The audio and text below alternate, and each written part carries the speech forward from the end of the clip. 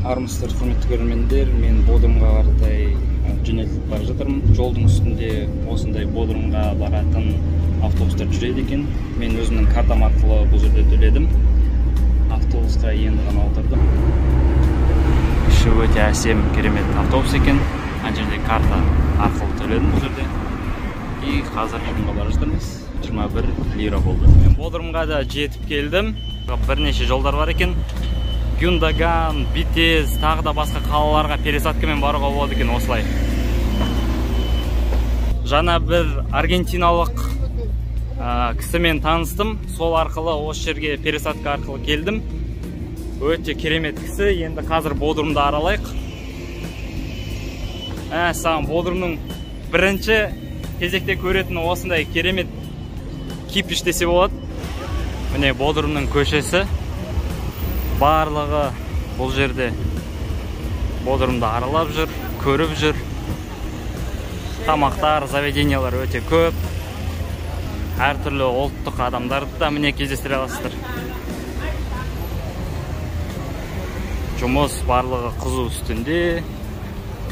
Одностороннее движение екен мына жақта. Осы жақтан жүріп кез келген адамды кездестіре аласың. Негізгі туристік жерлердің бірі ғой осы жер. Мен жолдан келе жатып осындай керемет бір статуяны кездестірдім. Ол Бодрумда негізінен Геродот туылып, соған арнайы статуя қойыпты осы жерге.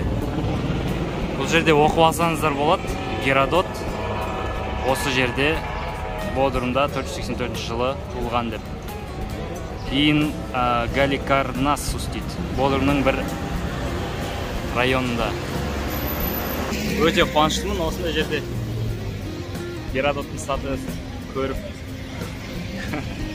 Геродоттың өткен жерінен өткеніме өте қуаныштымын. Бұл жерде тағы да басқа өте танымал тұлғалар тұр. Массолос және де Артемисия дейді. Барлығы бір жерде орналасқан статуялардың. Керемет, мықты адамдар шыққан екен осы жерден. Бодрумның ең басты жерінде барлық адамдар жиналып алған. Европадан, Америкадан келген туристтердің барлығы. Тіпті мен айтқандай Аргентинадан да келіп жатыр екен адамдар бұл жерге. Мен бағып алдым. Күн өте ыстық, адамды күйдіріп жібереді. Біз бұл жерде Бодрумның дәл қызық жерінде тұрмыз. Мына жақта мешіт. Мына жақта тағы да көп қызық заттар. Барлығы әйтеуір фотоға түсіп, нетіп жатыр. Мен қамалды көріп тұрмын. Сол қамалға қарай жылжимын қазір. Міне қараңыздар. Ар жақта қамал көрініп тұр. Мына жақта. Қазір жерге барып көрсетемін сіздерге. Мінекей мына жақта қайықтар тұр. Тура жағалау бойында барлығы демалып, осы әсем табиғатпен гүлденіп отыр. Ана жақта қаншама қайықтар көп. Бұл жақта да қараңыздар. Анау жерде енді қазір қамалға тіптен жақынданып қалдым. Міне бұл жерде қамалға кірейін деп жатқан адамдардың кезегі өте үлкен кезек екен. Бұл қамалды көру үшін. Мен бұл жерде 30 минутқа жуықтай очередьте тұрмын осындай кезекте. Артымызда қамал. Бұл қамалға енді бұйыртса қазір билет алып келе жатармыз. Мен осы жерден кірдім. Бұл жер кіріс жері. Қазір енді арғы көреміз не болады. Хоппа. Бұл қамал 1402 жылы басталып, 1502 жылға дейін 100 жыл аралығында салыныпты. Бұл қамал негізгі 5 башнясы бар екен. Біреуі французский аталады, испанский, британский, немецкий және де итальянский. Мына жақта барлығымыздың көріп жатырмыз, керемет. Ол 1400 жылынша салынса, онда 600 жыл өткен екен бұл қамалға. Бұл негізінде Святой Петрдің қамалы екен. барлығы осы жерде Қытайда, Африкадан келген адамдарды, және Италиядан келген адамдармен сөйлестім. Жақта осы қамалдың пушкалары тұр. Терезе арқылы шығарып, жау осы жақтан келгенде ол жауды тоқтататындай. Бұл қамал өте мықты құрастырылған дейді. Мына жақ жағалауы өте күшті екен.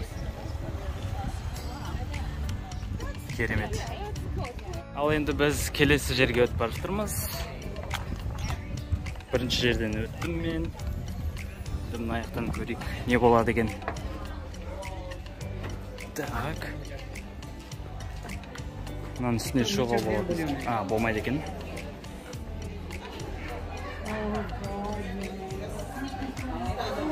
Бұл жерде Official Museum Shop дейді. Асыға түсіп, бір тағамдарды сатып алса болады екен. Ал мына жақта қамалдың жалғасы. Қазір осы қамалдың жалғасын көреміз. Барлығы суретке түсіп, керемет болып отыр. Мен де өзім штативімді алып алдым. Жақта түсуге. Енді қазір біріз келесі жерге барамыз. Келесі жер ол бұл жер.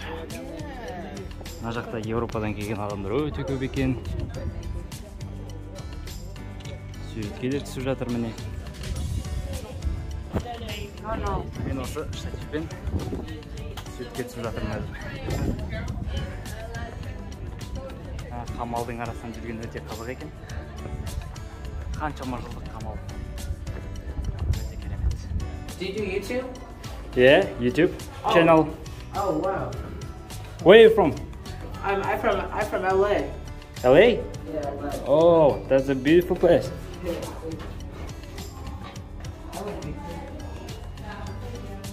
What's your YouTube name? Баука Кадырханов. Boca? Кадырханов. Oh, okay, cool. Бұл жерде кувшиндар жатыр, қаншама использовать етілген. Бұл осылай табылған екен негізінде. Жаңа бір бала Лос-Анджелестан келген сұрады. YouTube түсіресің бе деп. Соған ответ қайтарғам. Иә, YouTube-ты енді ғана сәттілік тілеп отыр. Ол балаға да рахмет. Бұл бұрынғы мешіт сияқты. Мен осы жерден өттім қазір. Мына жерде өте көп ежелгі монументтер тұр. Және де осындай биіктікте осындай ағаштар өсіп отыр. Өте қызық екен бұл да. Міне мешіт. Өте үлкен. Қызық екен. Да, The Moscow Big Castle деп тұр екен. Оған да кіре беруге болады қазір. Міне.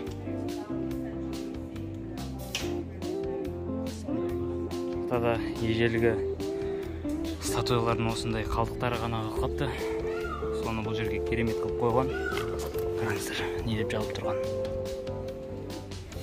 Өте қызық. Міне, арыстанның да. Қараңыздар, бұл жерде бұрынғы ежелгі заманның қару жарақтары, қару құралдары. Не, бұл жерде құдық та бар екен, ежелгі. Ежелгі құдық. Қаншама монументтерін айтты, қараңыздаршы. Өте көп монументтер. Ежелгі жазбалар, грек жазбалар. Енді қазір біз үстіне қаратай шығып бара жатырмыз. Бұл жерде барлығы құстарға қарап отыр, ана құстарға. Бұл шынымен ақ әдемі өте құстар. Әрине бұндай свободада жүрген әрдайым көре бермейсің. Сондықтан барлығына қызық. Ал бұл не екен қазір көрейік. Бұл бізде Серже лиманы, Чамбақты Серге деген. Ар жақта екен. Бұл жерде не бұл? Қазір көрейік. Бұл жерде бұрынғы қазбалар. Бұрынғы теңгелер. Ну, то есть валюталар.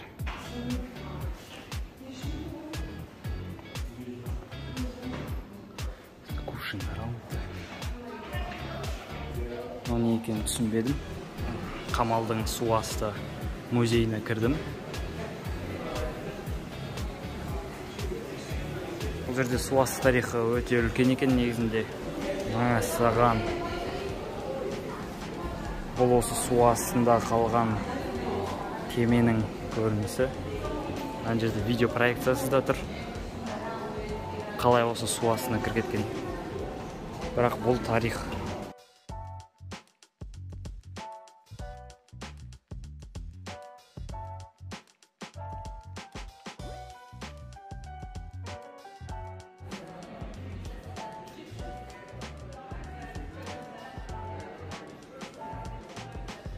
Осы арқылы сағатты определить еткен екен қанша болған. Осы жерге бір нәрсе қояды. И күн қай жерге түскеніне байланысты осы сызықтарға ориентироваться етіп. Бұл жердегі барлық осындай монументтердің бәрі Миндос қамалынан әкеліпті. Бұл жерде грек мифологиясындағы таспалар екен. Бұл жерде тіпті Георгий Победоносец тұр екен. Осы жерден енді бұл жерге келдім. Мен бір орысша сөйлейтін гидті тауып алдым. Бұл открытый музей сияқты болып тұр. Ол біздің кітаптан көріп жүрген монументтер ғой. Керемет.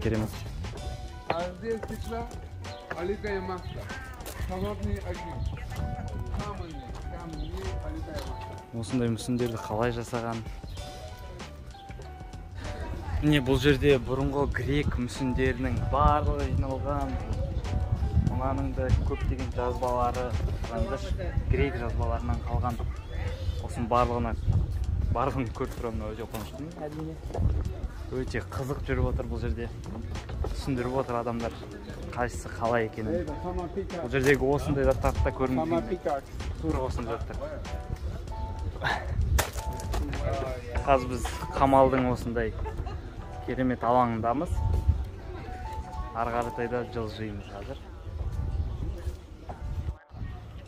Бұл жерден де осындай әсем көрініс пайда бола қалды. Қамалдың ішкі структурасының. Осы, Бодрум. Бұл жердегі туннель менің білуім бойынша театрға дейінгі жолға апарады. Осы жол арқылы театрға көтеріліп болады. Мына жерде су асты табылған мүсіндер, заттар ежелгі.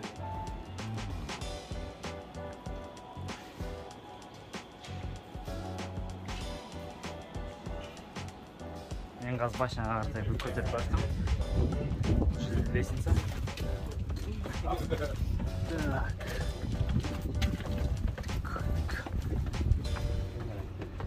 Испаньол дейді. Бұл испанский башня. Белгісі қайда екен, бірақ көрмей тұрмын. Міне Испанияның башнясы екен көрініп тұр. Бірақ бұл английскийге ұқсайды екен. Ішінде сол мүсін заттар, мына жерде отыруға болады екен.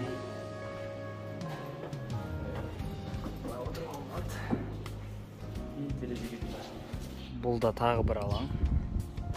Осындай ежелгі заттар бұл жерде. Және де Египет мүсіндері бар екен бұл жерде. Міне осындай.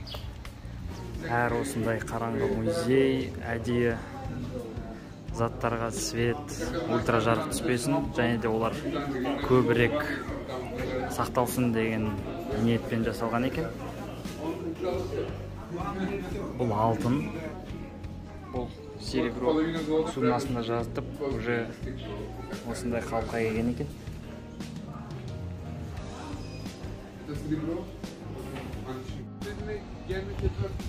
Біз қазір ағылшын башнясына келдік, английская башняға. Бұл жерде өте керемет тоже. Осы жерге пушкаларды қойыпты, ежелгі заманда. Ар жақтан жау келгенде, осы жерден ата беруге. Осындай қамалдың несі, жүрісі, мына ең высокая точка, ең биік точкасы. Бұның ішінде де жазулар жетеді екен. Ар жақтан вид осындай. Бұл жерде английский Английский военнослужащийлардың бұрынғы осындай керемет киім үлгісі. Бұл гвардеецтер. Бұл рыцарьлар. Франция дейді. Бұл және осы английский башня самый күшті башнялардың бірі екен, өйткені бұл жерде әр жерге вид ашылған, және де ең басты қолбасшылардың бірлері осы жерде үлкен столда жиналған екен. Және де бұл жердің биіктігі өте үлкен. Басқа башняларға қарағанда барлық приоритеттерді береді. Осы английский башняның бірінші орнында тұр. Мен қазір ең биік башняға көтерілейін деп отырмын.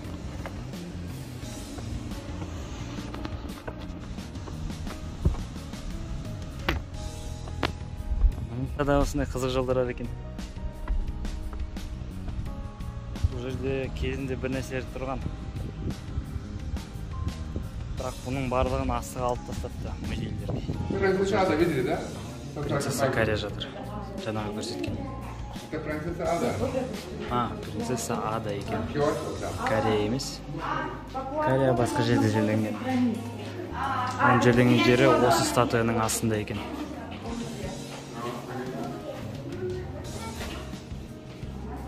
Бұл итальянская башня екен, бірақ бұл жерге есік жабық тұр.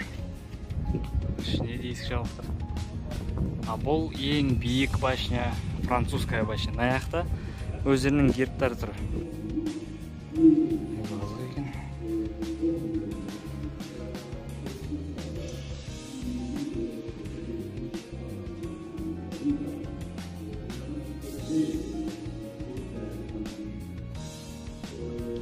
Жақтан осындай бет.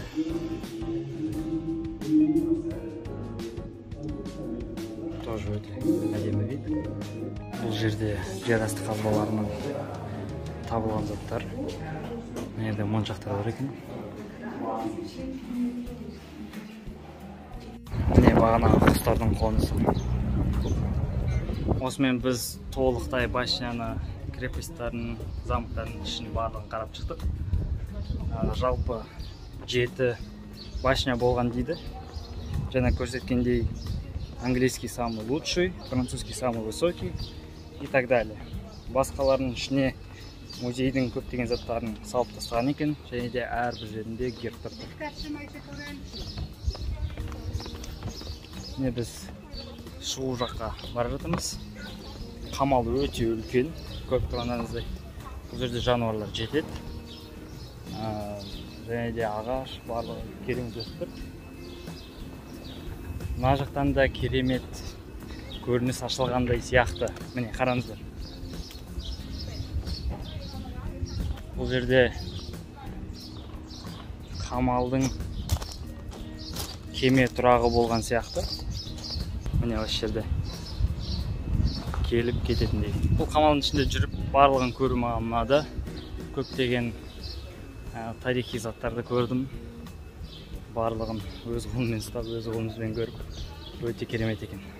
Ал енді мен осы қамалдан шығып бара жатырмын. Осы шығыс жерінде осындай тиындар салатын жер бар екен, қызық жер. Қазақстаннан келгенде тиындарды көрдім жаңа ғана. Ал енді осымен болды. Қазір мен қарным ашып тұр, сол бір донер жеуге барайын деп отырмын. Міне шықтым. Бұл жерде де сыртынан осындай статуялар толқыпты.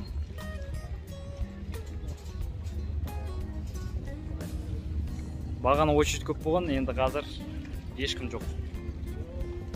Таңертең түсте осының барлығы солай келеді екен. Енді мен келесі жерге кетіп бара жатырмын. Бұл видеоның соңына дейін көргендеріңізге сіздерге көп рахмет. Видео ұнап жатса лайк басып, комментарийға өз пікірлеріңізді жаза кетіңіздер. Ал егер арнама әлі тіркелмеген болсаңыз, дәл қазір тіркеліп алыңыз, өйткені алдыда әлі өте қызық әрі пайдалы контент сізді күтіп отыр. Келесі көріскенше.